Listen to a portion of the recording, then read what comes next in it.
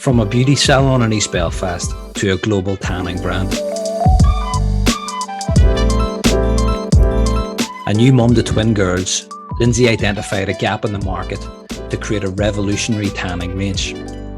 When Lusso launched their game-changing tan-removing bath bomb, the product went viral in a matter of days and has been profiled globally across a range of media. This is a story of Lynsey Bennett and Lusso Tan.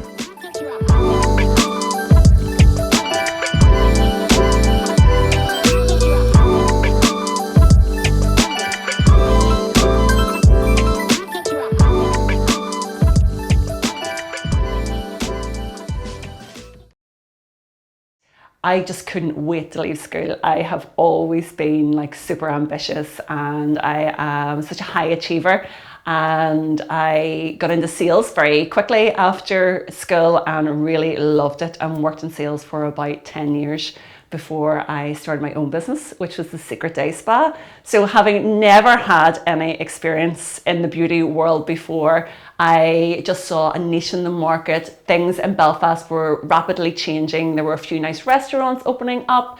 This was in 2009. We opened the Secret Day Spa, and it was the height of the recession, and everybody said to me, don't do it, you're crazy, you're leaving a job where you have a company car, you have a pension, you have a bonus scheme, and you're going into a business that, one, you've never been in business before, and two, you've never been in the industry before. But of course, I am go big or go home. So we opened the Secret Day Spa, 3 floors on the Belmont Road. There was nothing really on the Belmont Road when we opened up, and a real struggle for 2 years. You know, we were borrowing money here, there and everywhere just to pay ourselves. And then it just went boom. And we have never looked back. We started off with myself and my 2 sisters and 1 therapist. We've now got 18 girls that work there. We opened Sistine Beauty 4 years ago, and we've 12 girls that work there. And in 2017, we launched Lusso Tan. It was very much knowing what we wanted. So we sat down and we knew, you don't need to know every ingredient, but you need to have, for us, we needed to have a good concept of what we wanted in the product. So we knew something like aloe vera was going to really hydrate the skin, vitamins A and E, very important for us, that it would help combat fine lines and wrinkles. We knew we wanted a product to put on before we did the tanning, which again is unique to Lusso Tan. And it was just sitting down and making list after list after list. As I say, you don't need to go into the ingredient that you need, but you need to know what you want as an end product. So you need to know, what do you want this product to do? What problem is it going to solve? And that should always be in your mind. What problem is this going to solve?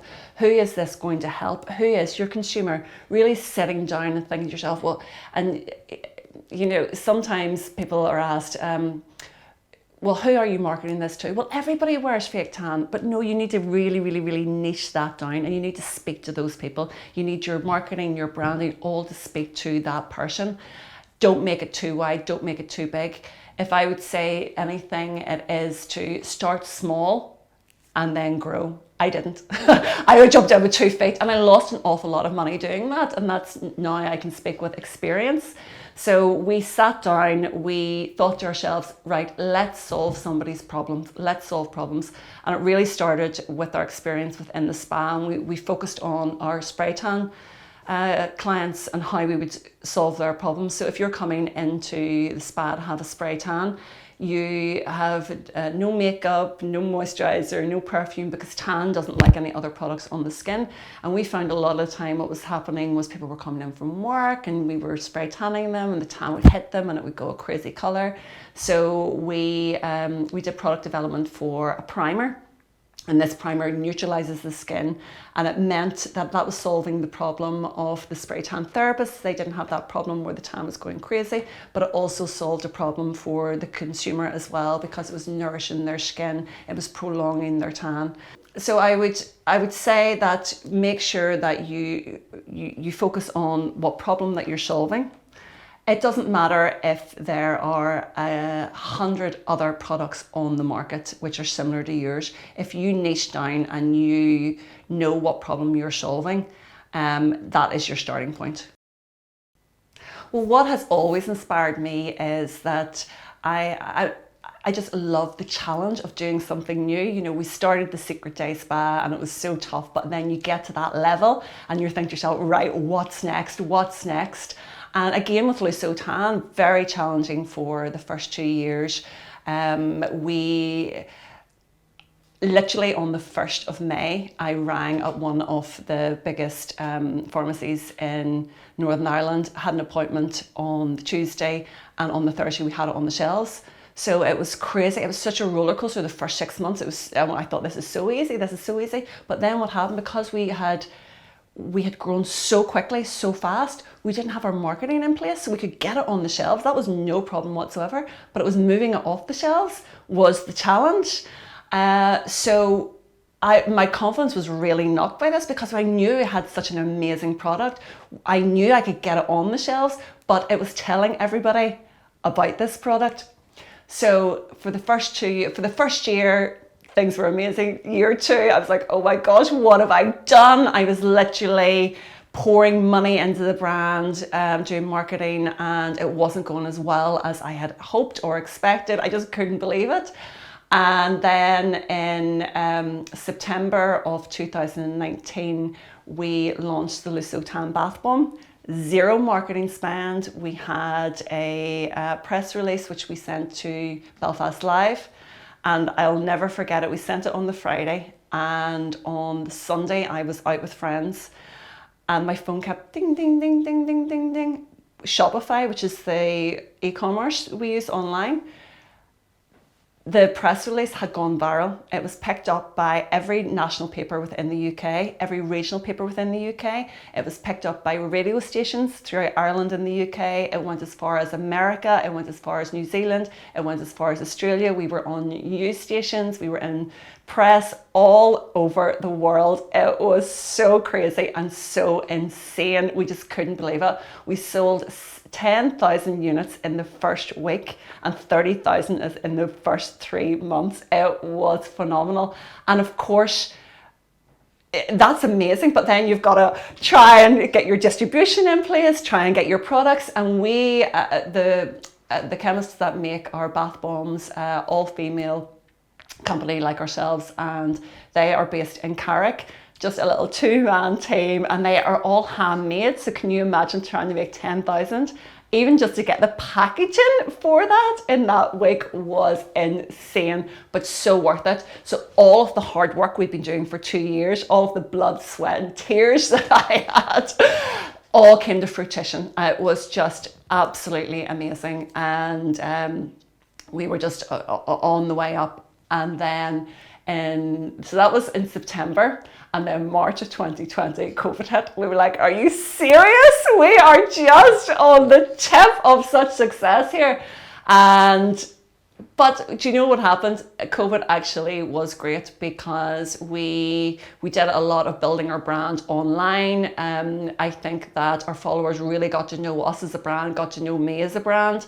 And we have such a loyal following now, and it was great that we then spent a lot of work on our e-commerce, whereas before we went into lockdown it was all about routes to market, all about retailers, all about spas and salons. So in the long run, we actually had a really amazing lockdown, and of course it brought its challenges as well. Would we be in the same position? Would we be bigger now? Who knows? But we are where we are. I love to create. That is what I am really passionate about. And when you have that kind of a creative mind, it's great in one way, because you are a visionary. I mean, Lusso Tan, we are really known for our iconic products that have never been brought to market before, such as our bath bomb, our Tan Begone shower bar, which takes tan off in the shower, or our primer. All of these products actually had never come to market before. We are revolutionary in that way, but with that as well, it brings its challenges, because you're always on to the next thing, always on to the next thing. But when you have any kind of a business, and this is why the Secret Day Spa was so successful, you have to have a business brain as well. So you have to put your creativity on hold a lot of the time. And my whole team are very creative, and we had to reel each other in a lot of the time, because if you're not making money, if your margins are not big enough, if you're not looking for routes to market, if you're not looking after your taxes, all things like this, you're not going to have a brand. Doesn't matter if you have the most wonderful product in the whole wide world. You got to let people know about that. You've got to make sure that you have cash flow, that you're able to have a stock of it. And then you've got to also have your marketing in place as well. And marketing doesn't need to cost a fortune. We are so lucky in this day and age that we can do our marketing with like zero budget. What we did in the Secret Day Spa very early on as well was we got into our local community. And even to this day, we will still give gift vouchers to our schools, anybody that's fundraising, and that is building your brand within your community, and that is so important. You know, start in your own area and branch out rather than looking further afield. If you start small and you start to grow, you will grow a really, really loyal following. Sometimes building a brand can be very lonely and it can be very scary, and you have got a lot of responsibility on your shoulders. And I had nobody to talk to, because your family just want it to be the best for you. And whenever I was turning to anybody in my family, I was worrying them, putting my worries onto them, and being the oldest in the family, it's nothing that I was ever used to. So having a mentor really changed my business completely. It gave me somewhere to go and to share the stress that I was feeling, but it also, Michelle, she was great for making me prioritize things and sit down and say, look, this is the priority. You've got to make sure you've got the cash flow to fund the next thing and the next thing and the next thing. And really making me sit down and do out a yearly plan of what we were going to do, but always keep in mind your cash flow, your cash flow, your cash flow. So networking, mentoring, I think is so important. You can, I know with the councils that they have their own mentoring schemes there, and something that I would highly recommend. I would highly recommend that you also reach out to people in the industry who are at the top of their game. I mentor a lot of people. I go into schools as well, and I will talk in schools about starting a brand, starting a business. And I think it's really important giving back into the community as well.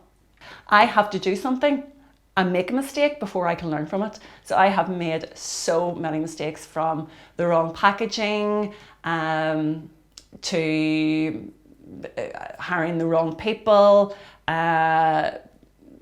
paying more than I should have for marketing. The list goes on and on and on and on and on. But that's a real strength of my character, that I can just leave it behind and move on to the next thing. I love what I do. I really enjoy what I do. And of course you have down days, and if sales aren't going the way you want, you're pulling your hair out, and sometimes you can really internalize that, and you can think to yourself, oh, I'm not good at this, I can't do this. But you need to have the kind of attitude that this too shall pass.